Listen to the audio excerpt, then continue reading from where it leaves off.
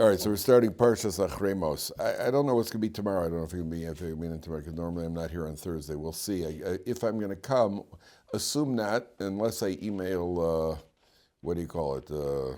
I mean, we usually Rabbi other Kaplan here, so we'll be here anyways, I guess if you come. Right, okay. All right, you'll be here. Okay, so then I'll see you by tomorrow. In any event, so you got Parsha Acharei over here, page 636. So it starts out like this: Vaydaber Hashem al Moshe achrei Moshe shnei bnei Aharon b'korvosam lifnei Hashem vayamusu. Hashem speaks to Moshe after the death of the two sons of Aaron, and that the Torah had already described for us in Parsha Shemini. Then Hashem speaks to Moshe, and then the Torah uses what would appear to be a redundancy here, because it says after the death of the two sons of Aaron vayamusu, and they died. It's like saying, well, I killed him to death. You know, either you killed him. If you killed him, he died. You know, if you killed him to death, there's a redundancy. So why does it emphasize the word over there vayamusu? Why does it have that redundancy there? You see, it says vaydaber b'karvosam lifnei Hashem vayamusu. Just like in the westerns, you know, when they killed somebody, and the guy said, "Well, he needed dying real bad." You know, but at the end of the day, the Torah is not a western. The Torah is. If anything, it's Eastern, but what do you call it?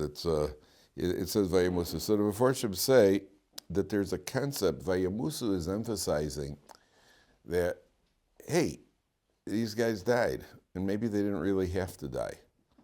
Vayamusu, no, they died. Why? There's a concept that HaKadosh Baruch Hu is medaktek im tzaddik of kechut hasaira. HaKadosh Baruch Hu holds tzaddik. Kechut hasaira literally means a hair's breadth. We find that expression in the Gemara many times. When the Gemara wants to talk about precision, so the Gemara says, for example, the Gemara says that one person cannot encroach on somebody else's property or what somebody else is meant to have, kechut hasaira. Moshe, can I just trouble you to open that door so we get there? I don't need the air conditioning. Yeah, so we just get some cross-ventilation. For example, when the Gemara uses this in the concept of jealousy, I'm jealous. Let's say you got a position that I really wanted, and I'm jealous. There's nothing I could do to take it away from you. And you're not taking, when you got the appointment or the money or the girl or whatever it was that you got, you married the girl I wanted to marry, you didn't take anything away from me. A person can't touch what's prepared for somebody else, what's preordained for somebody else. And the Gemara uses the expression, kechut hasaira, even a hair's breadth. I can't take anything away from you. As a matter of fact, we even find that Dovid HaMelech wanted to live longer, but Hashem said, you can't, because now is the time for your son Shlomo to be the king. And not only that, Shaul was not anointed. You know, the Gemara says that Shaul, when Shaul went to look for the donkeys, the whole story of the king, the first king of the Jewish people, how did it happen? Donkeys were missing. So Shaul's father lost some donkeys. So Shaul goes searching he takes his attendant and they go searching for these donkeys. And at a certain point, they get close to where Shmuel HaNavi, Shmuel was the prophet, they get close to his town. So they decided, let's go ask the Navi where the donkeys are. You know, why search? You know, just Google it. You know, go to the prophet, go find out where your donkeys are. So they're on the way to Shmuel, and all of a sudden there's a group of girls that shows up. So they said to this group of girls, where does the Navi live? So the girls, instead of giving him an address, the girls give him a whole speech. Well, on a certain day he does this, and he has a celebration, and then you go there, and they go on and on and on, as the girls are wont to do. So the Gemara asks, and why did they take so long to talk? The Gemara gives three reasons. There's number one, girls are talkative. Nashim dad brani osen. Women talk. So women do. Women talk. Women have the gift of speech. Number two, Shaul was very tall and handsome. So they wanted to be able to look at Shaul for a little bit longer, so they stretched it out. And then number three, the Gemara says, because ein malchus nogas bechaverta kemali nima. One kingdom does not encroach on somebody else's even a hair's breadth. There's that expression again. Meaning that whose time was it? Shmuel wasn't a king but he was a ruler over the Jewish people. He was the leader of the Jewish people. One leader's leadership era does not encroach on somebody else's. So let's say Shmuel was supposed to be the leader until 12:30 on a certain day. When Shaul met the girls, it was 12:28. So you can't have Shaul get there too soon because he can't be anointed before 12:30. So the girls talk a little longer, and it takes a little longer. That Kosh Baruch Hu brings about to talk a little longer. And then what happens? Then Shaul goes to Shmuel, and Shmuel now anoints him as king. He says, forget about the donkeys. The donkeys were found already. I got different news for you. You're king. And he anoints him with the oil. Why did it, girls? Because a minute earlier wasn't the time. That's that concept. That's that expression, kichut asar, even a hair's width. It doesn't encroach even a hair's width. By the way, I would tell you something about that Gemara. It's a remarkable Gemara. I was thinking about that. Why does the Gemara give three answers? When the Gemara says, why did the girls talk so much? So the Gemara gives three answers there. What are the three answers? Number one, they're talkative. Number two, they wanted to look at Shaul, because he was tall and handsome. And number three, because one kingdom doesn't encroach on another. So why do you need to give me one answer? You've learned enough Gemara. You know what a Gemara. If the Gemara gives three answers, there must be something's going on here. So I was thinking about it. I was very, very curious about this. So I think what the Gemara is telling you is look at the precision. Look how God runs His world. There are three,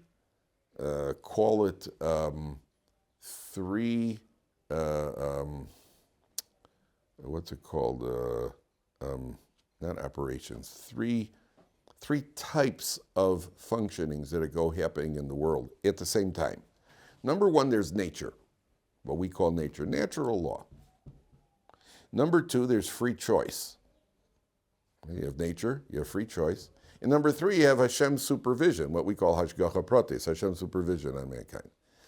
Here, you had all three functioning at one time.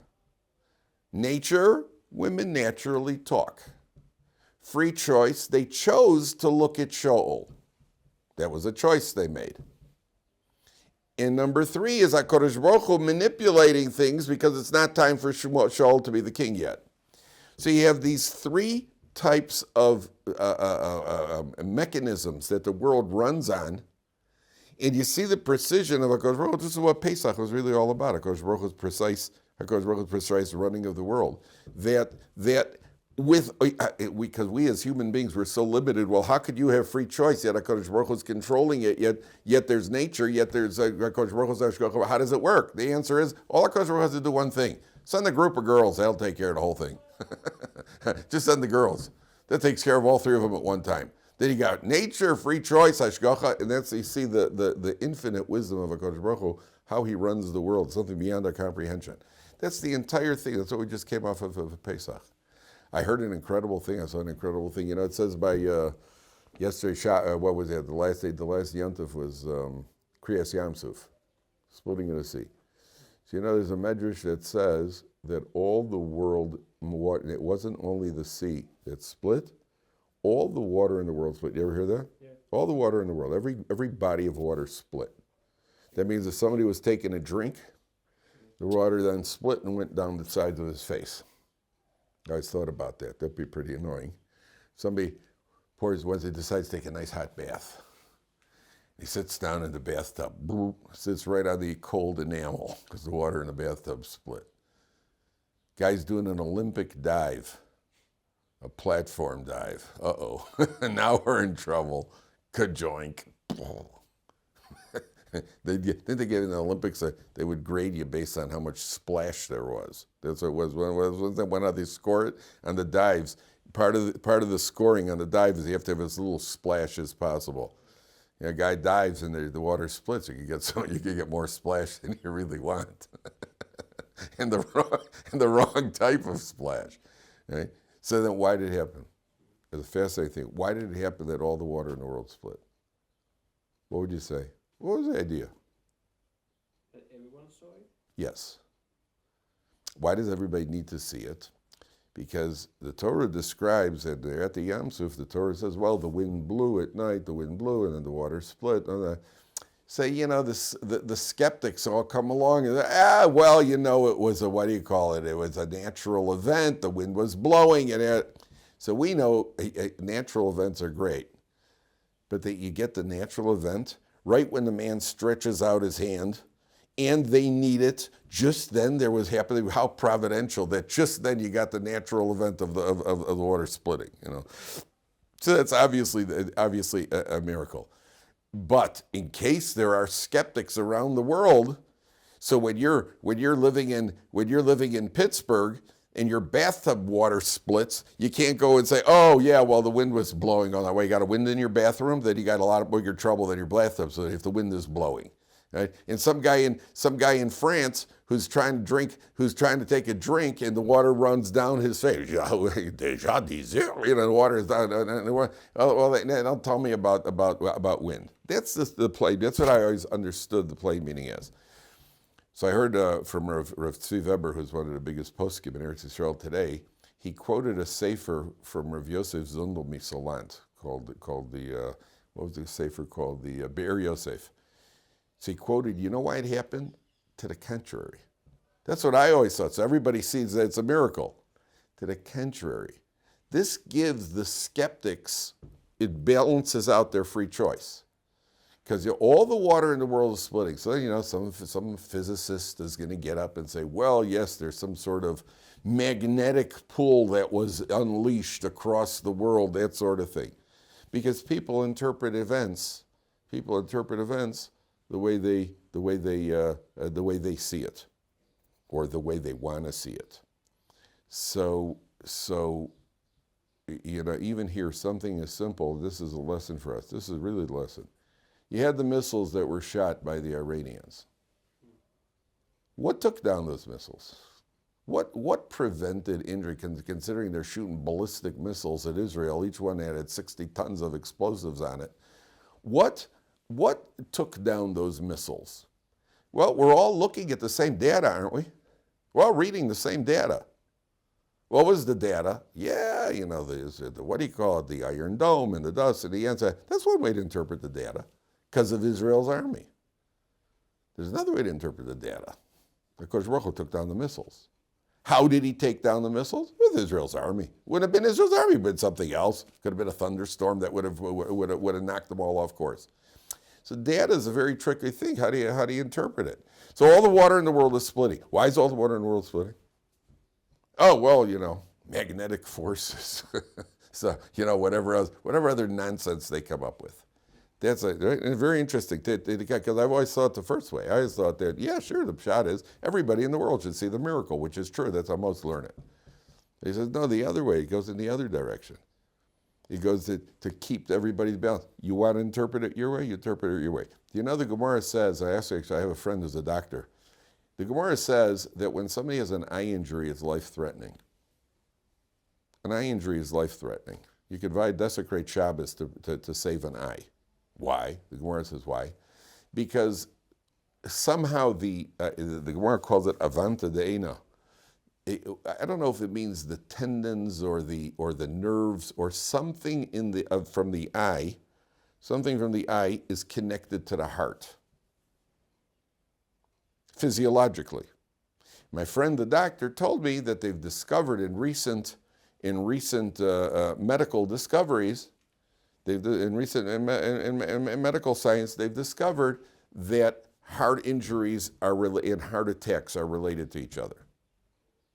And it's very interesting because the Gemara, which was written, a couple thousand years ago, and the Gemara is already talking about the eye having some sort of physiological connection, so much that you could desecrate Shabbos for it because it's life-threatening. If a guy catches his finger in the door, you can't desecrate Shabbos for that. It's not life-threatening. The eye, the Gemara says, the eye, there's an eye-heart connection. That's the plain meaning of the Gemara. But Tosfos, it's the Gemara in Avodah Zarah on Daf Chav Ches, Daf 20. Tosfos says, what Tosfos seems to be getting at is, your eye depends on your heart, meaning what you see with your eye and how you interpret it is based on what your heart wants to interpret. So if you want to interpret it, if you see it as the hand of God, because in your heart you're convinced that there's a God running the world, that's how you're going to see it. And if your heart wants to deny an existence of a God, then your eye is going to see, and it's going to see water splitting all over the world, and you're still come up with some sort of absolutely absurd explanation with all sorts of fancy physical terms to explain it, why it is that this magnetic force, blah, blah, blah, blah, blah. That's what it says, the eye is dependent. So here, when it says, HaKadosh Baruch Hu medactic, the reason the second word, Vayamusu, is written is because if it was somebody else, maybe they wouldn't have had to die. Somebody else doing what Nadav and Avihu did, they might not have had to die. But Nadav and Avihu,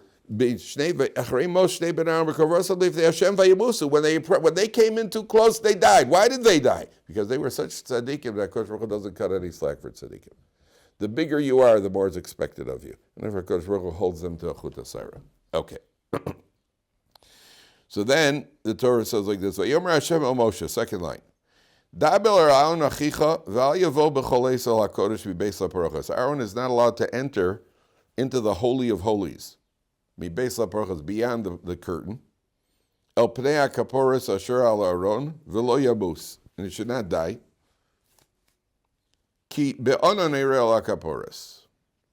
Aaron's not allowed to go into the Holy of Holies just any time he wants. Now watch this. Bizos yavo Aaron el HaKodesh. When bizos? When is that? Only on Yom Kippur, with an offering.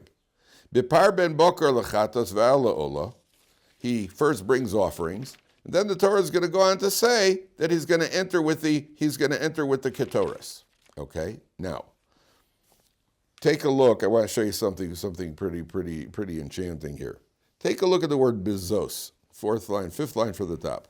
Bizos yavo Aaron el HaKodesh. What is the word bizos? The numerical value. Let's see. Beis is 2. Zayin is 7, so we have 9. Aleph is 1, is 10. Tav is 400. 410. When is it? So first of all, what is the significance of the number 410? The Beis Hamikdash. The first Beis Hamikdash stood 410 years. Second Beis Hamikdash 420. There's a very big difference between them, though. Major difference. What is the major difference between the two Beis Hamikdashes? There was no Aron Kodesh in the second Beis Hamikdash. In the second Beis Hamikdash, they only had the stone that the Aron Kodesh was on, what's called the Even HaShisia. The stone that was on. The Aron Kodesh had been nignaz. The Aron Kodesh was hidden at the end of the first Beis Hamikdash. It wasn't there for the second Beis Hamikdash. So I saw one of the Forshim says, Bizos yavo Aron el HaKodesh. When is it considered a full entry? The original, the uncompromised entry into the Kodesh? You weren't allowed in the second Beis Hamikdash either, by the way. But when is it the original?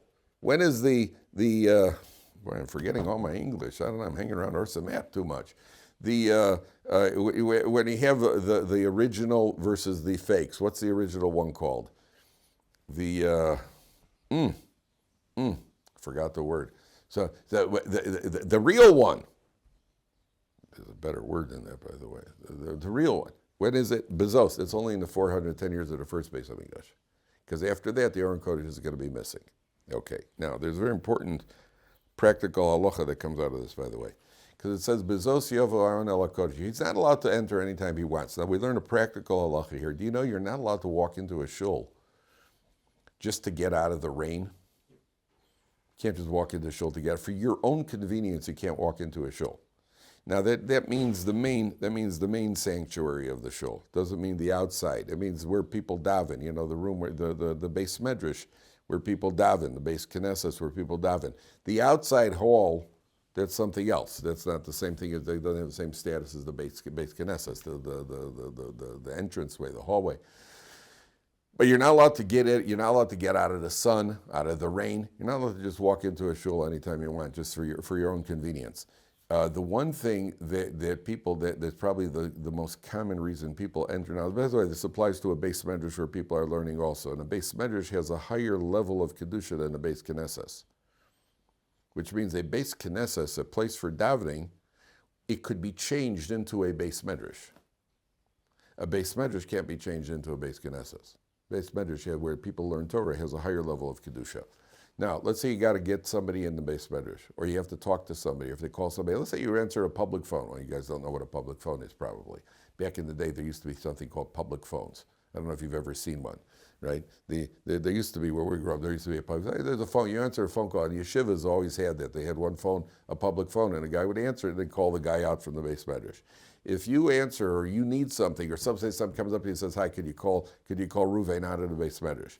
If you go into the base medrash to call Ruvain out, you have to sit down and say a pasuk, or at least something in the base medrash. You can say Shema Yisrael Hashem Elokeinu Hashem Echad. You say Poseches Yedechem and Ezbil Chachardim. That's my pasuk.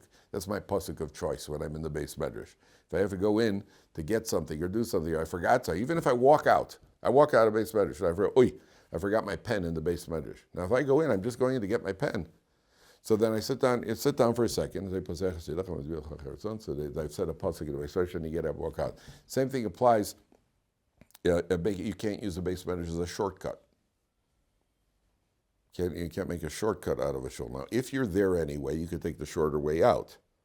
But you can't go in, because sometimes shuls are built in such a way where by using the shortcut you could circumvent, otherwise on two sides of the block you have the shul, they have entrances on two sides of the block. It actually can save you a lot of time going around. You can't go in just for that purpose. If you've gone in and you've learned or daven, then you could go out the shorter way. That's not a problem. But you can't go in you can't go into... The driveway is fine though?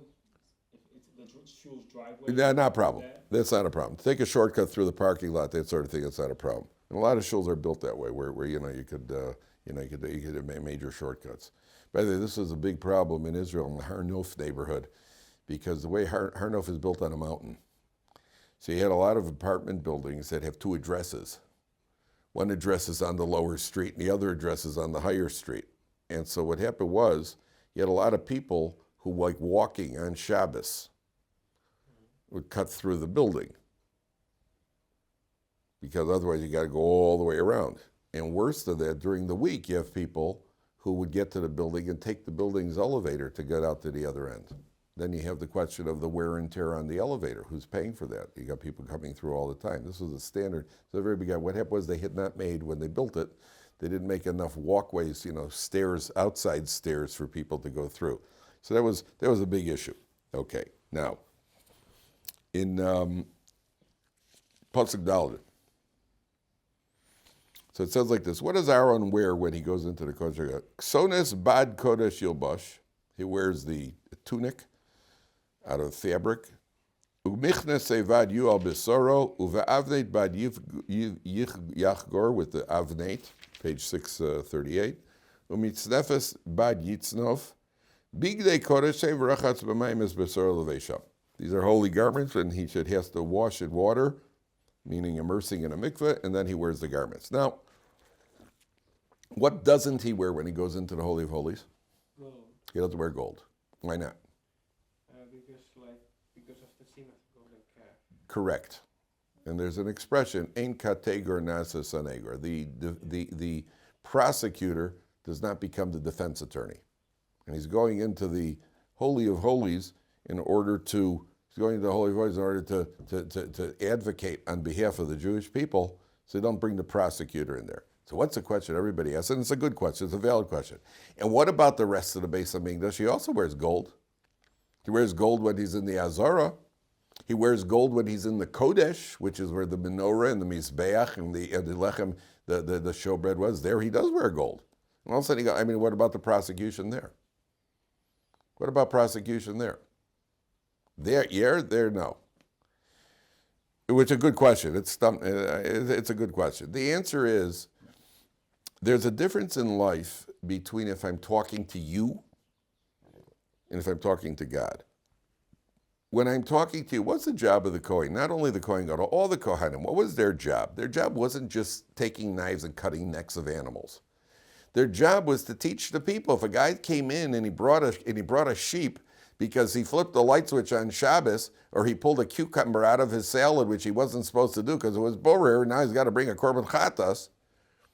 The Kohen didn't just take the thing, okay, give me the thing. Here we go, you got to make a chatas. The guy said, listen, Baruch, I think maybe you got to learn a little bit of Hilchas Shabbos a little bit, and maybe maybe a couple of Shabbosim, maybe you should go to the shul earlier and daven and to think about what, the Kohen taught the people. The Kohen was there to rebuke. You had to give him a little bit of musar. Giving musar, talking to the person, is not the same as thought. When he's talking to Hashem, what's he doing? He's not giving Hashem musar. Hashem gives us musar. We don't give Hashem musar. He's advocating on behalf of the Jewish people. When you're advocating on behalf of the Jewish people, don't bring the prosecutor in there. So, I don't know if you guys know, do you know anything about the Satmar Rebbe, Rabbi Yoel from Satmar? Rabbi Yoel from Satmar is a very sharp man. And he was vocally against Zionism. The Satmar Rebbe, Rabbi Yoel from Satmar, as somebody once put it, he did not fly a flag, an Israeli flag, on Yom HaAtzmaut, to say the least. And he even wrote a sefer, constantly, and he was constantly coming out against Zionism. So a guy, listen, it's very powerful, a guy once came up to Rabbi Yoel from Satmar. By the way, no one ever got the last word on him. Somebody once was soliciting money from him. So he asked him, he was solicitor, Rabbi Yoel, he gave a lot of tzedakah. He was asking money from a very wealthy man. So the man said to him, I'll give you the gematria of your name. His name is Yoel, Yud Vav Aleph Lamed. The gematria of Yoel is 37. So he said to him, 47. I'll give you $47. He says, yeah, but back in town, they used to call me Yoelish. The shin is 300. That was okay. So then the guy came in once asking him for tzedakah. Just show you how sharp he was. The guy came in asking him for tzedakah. He has to marry off his daughter. He said, how much money do you need? He said, I need $10,000. He reaches in the drawer. He counts out $9,700. He gives the guy $9,700. So this is what I got. He takes it. The guy leaves. So the people who were in the room, they said, Rebbe, you gave him $9,700. Why didn't you give him $10,000? So Rabbi Yoel said, listen, the guy's Jewish.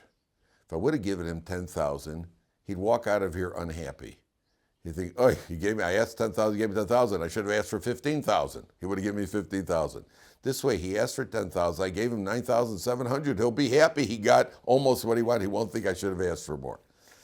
So they said to Rabbi Yoel from Satmar like this. They said, listen, you are always criticizing the Zionists. You're always coming out fire and brimstone against the Zionists. Avram Avinu, who was the model of chesed in the world, when Hashem wanted to destroy Sodom, what did Avram do? Avram went to bat for, he went to defend Sodom. Maybe I'll find 50 tzaddik, 45, 40, 30. Hey, he's back. You, look at Avram Avinu and look at you. You know what Rabbi Yoel from Satmar said? He said, the Torah only tells us what Avram Avinu said to Hashem. The Torah doesn't tell us what Avram Avinu said to the people of Sodom. The people of Sodom, he was probably telling them, hey, you're a bunch of sinners, get your act together. You only know what I say to the Zionists. You don't know what I ask from Hashem when I'm davening Shemona Esrei by myself. You don't know what I daven for the Zionists.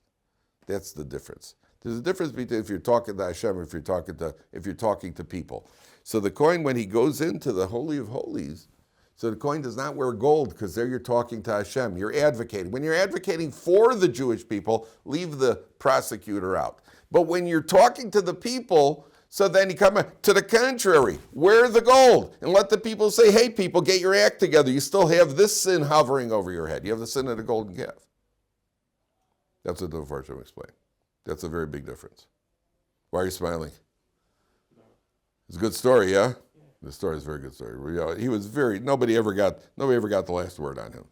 Nobody ever got the last word on him. Okay, now we get to one of the more intriguing sections of the Torah. Very, very difficult. We have to understand this clearly. So what does the Kohen do? Second line from the top. He takes 2 goats, and 1 ram. And what does he do with these 2 goats? So skip down a pasuk. Up to go to pasuk ches, 6 lines from the top. V'nosan Aaron al shnei ha'seirim gorolos. He cast lots. He had some sort of it looked like a bucket that had 2 blocks in them, two blocks of a material called escroa. I'm not sure what the material was, an expensive material. One of them said La Hashem, and one said La Azazel. And he would put his hands in, and the two goats would be lined up next to him, and he would put the blocks on their head. He would touch their heads with these blocks. The one that said La Hashem was then taken in to the Beis HaMikdash. It was sacrificed. And the one that said La Azazel was taken out to the wilderness and pushed off a cliff. Okay, now the word Azazel, contrary to how you may have heard it in modern Hebrew, when people get upset with each other, and in English, people will say go to H, right? In Hebrew, they'll say Lech Azazel. That's what they say in modern Hebrew, which if we translate that, you go to the wilderness. It loses something in the translation, right? It's not quite the same. It's not quite the same as H. So La Azazel does not mean hell. It means the wilderness. Now, he takes these two goats, and he takes and he touches them. First of all, the Gemara says, if the cube that said La Hashem came out in his right hand, and Azazel came out in his left hand, this was a good sign for the Jewish people. This is on Yom Kippur. This is a good sign for the Jewish people on Yom Kippur, if it came out in the right hand. When Shimon HaTzadik, we're on Shimon HaTzadik Street, right? Shimon HaTzadik, when he was the Kohen Gadol, 40 years in a row, La Hashem came out in his right hand. He wasn't peeking. Shimon HaTzadik, when he stuck him in. I once read statistically, if to flip a coin heads 40 times in a row, what are the odds? Small is an understatement, my friend. There aren't enough zeros after that you could put to hit it 40 times. It's a ridiculous odds. In the whatever the number is after trillions, whatever comes after trillions, quadrillion, I don't know what those numbers are. That's what the odds are of 40 times in a row. 40 years in a row, Shimon HaTzadik, when he was the Kohen Gadol, he pulled it out in the head, and Hashem came up in his right hand. Okay, so there's obviously there's some Hashem's intervention here. More than that, what does he do? He takes one of them, and then, if you take a look on 4 lines from the bottom, V'haseir asher ola olav hagoro la'azazel yo'amad chai lifnei Hashem lechaper olav l'shalach oso la'azazel hamidbara. Now, what does he do with this goat? Let's explain this outside. So the Kohen takes the 2 goats, and the goat that says la'azazel, the Kohen puts his hands on the goat, and he confesses the sins of the Jewish people. The Kohen says vidu, he confesses the sins. He loads up the goat with the sins of the Jewish people, so to speak. What's going on? What does that mean? And then they take it out and they push it off a cliff. Very strange ritual. And Baruch, this goes back to your question the other day. Doesn't the Torah say you're not supposed to be cruel to animals? Remember you asked that? Yeah. So why are we doing this? What's the answer? Because Hashem said here, yes. What? In other words, why aren't we cruel to animals? Not because we're liberals who love whales. That's not why we're not cruel to animals. We're not cruel to animals because the Torah says don't be cruel to animals. And here the Torah says push the goat off the cliff. So let's try to get a deeper look at what's really going on here. The answer is, whenever a person does an avera, any avera that a person does, is it possible to do tshuva? Any avera you can do tshuva. How do you do tshuva? You confess the sid, and you make up your mind not to do it, and you turn over a new leaf. Okay. When you've done tshuva, when a person does tshuva, so every time you do a mitzvah, you create, for lack of a better term, a positive angel. You create an advocate. The mitzvah creates a malachim. See, the translation of a malach is an angel, but that's only because we don't have a translation. But you create a positive malach. A person does an avera, he creates a prosecuting malach, a negative malach. When a person does tshuva, there is tape that's put across the mouth of the prosecutor, so to speak. He can't prosecute you because you've done tshuva.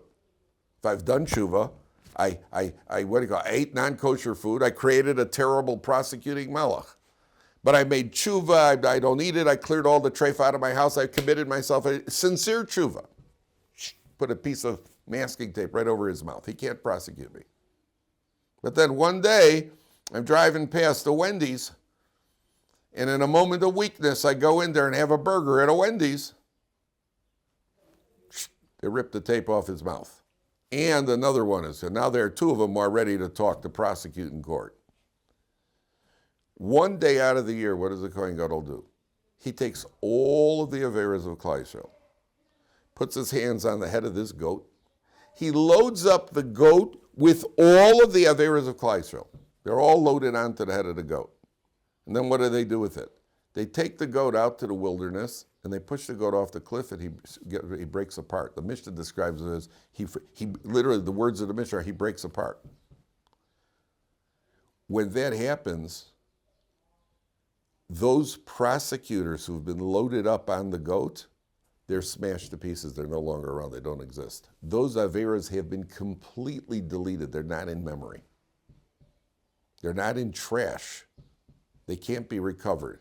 Only the FBI, if they get a hold of the hard drive, the FBI could get a hold of it. Otherwise those averas are gone forever. That's the idea of pushing the goat off the cliff. Now, I saw a fascinating explanation from Rav Shimshon Raphael Hirsch. It says like this. It's one of my, I can't, you're not supposed to say you like one part of Torah over another, but I really, really enjoy his insight here. You have these two goats. Let's say we could imagine, what's that goat thinking? The goat who's on the way to the wilderness to be pushed off a cliff. If we could get into the head of that goat, what's that goat thinking? That goat's thinking to himself, my friend the Frummy over there, La Hashem, he's all for Hashem. All he is, his whole life is one sacrifice. He learns in Kollel, and they can't afford it. He can't even afford a car, and his wife, they eat, second rate. They're always got a bargain basement to get clothing, and what do you call it? They eat chicken instead of meat because they can't. His whole life is one sacrifice. And what ends up to him, he goes in the base of Mikdash and he's shechted. The whole thing is, look at me. Here I am. I'm free as can be. Out in the wilderness, goats love wildernesses. And he's climbing up a mountain, and everything is wonderful. You ever see these I'm fascinated. You ever see these mountain goats? They're on the mountains, and they stand right on the edge. They go running around these cliffs like nothing. You ever see that? They're really interesting. Apparently they got some sort of something on their hooves that keep them on there. And they go running around. They're fine. And he's up on top of a mountain, like he's on the cliff, like, this is the life. And in 1 second, boom, he gets pushed off and he gets destroyed. Rav Hirsch says, if you look around carefully, you see what they call sacrifice, we call dedication, we call devotion, and we call fulfillment. You don't see a lot of frum people walking around depressed. Those frum people are fulfilled and content. I'd like a little bit more of this, and I could use some more of that, and that would be convenient to have this. But I could do without it. I'll be fine. I'll be okay with that. We're good. Whereas the goat, who's out of control, he can't live. He's so miserable unless he has all of his heart's desires. And as he progresses, look what happens to him. He's here and he's there, like, there I am on top of the mountain, and he's on top of the world. And all it takes is one, boop, now you're off the cliff. Nobody cares about you. Now you're finished, you're destroyed. Says Rav Hirsch, those two goats represent, and that's the idea of drawing lots. Drawing lots on Yom Kippur. Our life is in the balance. There's a lot being drawn now. What's my fate going to be? So if a person chooses wisely, so Baruch Hashem, you become the goat, La Hashem. And if a person lives out of control, you're free, you're free, you're free. That's why they even call a secular Jew, a non-religious Jew in Yiddish, it's called a freie Yid. Frei, ever hear that expression? He's frei. Frei is the Yiddish word for free. He's free. I got no restraint. I got no rules, no laws, no restrictions, no life. and boom, he gets pushed off a cliff. That's what's going on with the goats. That's what people don't understand. It's not a korban. It's not a sacrifice. We don't sacrifice out in the wilderness. We'll see tomorrow if I come. We'll see tomorrow what the idea of sacrifices outside. He's not a sacrifice. He's not a korban. There is a concept, the Gemara says, he's a gift to the Satan, because the satanic forces hang out in wildernesses and all sorts of areas where the forces, the spiritual forces of evil hang out. So we're giving them a gift. It's a bribe. Don't prosecute us today. Not on Yom Kippur. That's one explanation. But what's going on over here is the destruction, the complete removal and deleting of all the averas that are lurking. During the rest of the year, we've silenced them with a piece of tape. But the potential is still there for them that if that tape's removed, they could prosecute. Whereas now on Yom Kippur, they're totally destroyed. Okay. Question. Yeah, sure. So, it's interesting thought, like the load and the goat, all the scenes. Goat is always Seir. Esav was in Har Seir. The goat there's always a connection of the goat being a connection to the forces of evil. So, do we have anything, Like today? or like something in a less? No. Today you could give tzedakah. You give tzedakah is a way, and you do tshuva, but we don't have any loading up on goats. No. Or like anything similar? No, we don't. Unfortunately, not. We today, but you could redeem yourself. That's why part of tzedakah is redeeming ourselves. Tzedakah tatzil mimavis. Tzedakah saves from death. That we could do. But no, we don't have any of this loading up of goats. If anybody tells you that they do, so let me know, because we have to be careful. All right. Okay. Thanks for that.